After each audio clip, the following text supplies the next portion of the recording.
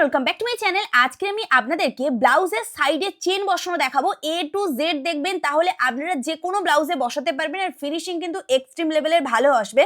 তো এখানে দেখুন আমি বসিয়ে রেখেছি। অনেকেই কিন্তু ব্লাউজে চেন বসাতে চাই, তো এটা কিন্তু একবার দেখলে আপনারাও করতে পারবেন। চলুন ভিডিওটা শুরু করা যাক। তো এর জন্য প্রথমে যে কোনো একটা সাইডে কিন্তু ফিটিংস প্রপার করে রাখবেন, আর অপর সাইডে, এটা যে কোনো সাইড হতে পারে, অপর সাইডে প্রথমে ইন্টারলক করে নিতে হবে। অবশ্যই দুটো পার্টে ইন্টারলক করে নিতে হবে এইভাবে। আর যতটা করে এক্সট্রা সেলাই মার্জিন আপনি রেখেছিলেন ব্লাউজটাতে, মানে ফিটিংসের যে দাগ, সেই দাগটা প্রথমে এইভাবে দিয়ে নিতে হবে, যেমনটা আমি এখানে দিয়ে নিচ্ছি। আমি 1.5 ইঞ্চি করে রেখেছিলাম আর হাতাতে গার্ডার বসিয়েছিলাম, তাই এখান থেকে মাত্র 1/2 ইঞ্চি নিয়ে হাতার সাথে মিলিয়ে দিলাম। আপনারা যে কোনো হাতাও করতে পারেন।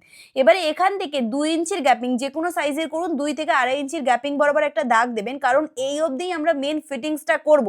তারপর থেকে ওপেন রাখবো চেনের জন্য। এটা 2 থেকে 2.5 ইঞ্চি যে কোনো সাইজের জন্য করতে পারেন, যে কোনো ব্লাউজে। তো প্রথমে যেমনটা আমি ড্রয়িং করে রেখেছি, ওর ওপর থেকে প্রথম ফিটিংসটা করে নেব। আর ওই যে 2.5 ইঞ্চি বা 2 ইঞ্চির যে মেজারমেন্ট বললাম, আমি 2 ইঞ্চি নিয়েছি, যে দাগ একটা দেওয়া আছে ওই অবধি দাগটাকে ভালো করে চাপ সেলাই দিয়ে ওই অবধি রেডি করব। আর ওর পর থেকে পুরো যে ফিটিংসের দাগ দিয়েছি, ফিটিংসের ওপর থেকে পুরো সেলাই নিয়ে আসবো। আর মেশিনের যে 5 নাম্বার সেলাই, যেমন আমার মেশিনের 5 নাম্বার সেলাইটা বড় সেলাই, সেই সেলাইটা করব। আর কোনো রকমের চাপ সেলাইও কিন্তু নিচে দেব না, জাস্ট এইভাবে সেলাই করে রাখবেন। এতে যখন চেন বসবেন ফিনিশিং অনেক বেশি ভালো আসবে। এই যে দাগটা দেখতে পাচ্ছেন, ওই দাগ অবধি আমাদের মেন চাপ সেলাই দিয়ে রেডি করেছে। সেম দাগ আমি অপর দিকে এইভাবে তুলে নিলাম, মানে ভিতরের সাইডে। এবারে এটাকে দুদিকে ভাগ করে দেব।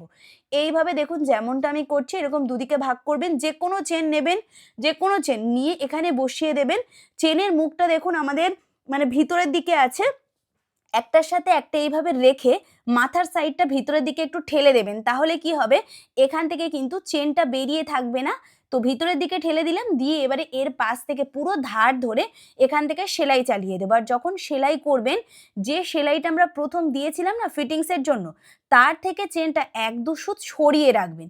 এতে কি হবে, চেনটা দেখা যাবে না। যখন আপনি ব্লাউজটা পরবেন চেনটা একটুও দেখা যাবে না, খুব ফিনিশিং ভালো আসবে। যেমনটা এখানে আমি করছি, আশা করি আপনারা বুঝতে পারছেন। এবারে চেনটা পুরোপুরি এখান থেকে বন্ধ করে দেব। আর এই যে দাগটা নিচে আছে, তার থেকে 2 সুত সরিয়ে চেনে একটা দাগ দেব, মানে এই চেনের যে দাগটা দিলাম এর ওপর থেকে সেলাইটা চালাবো।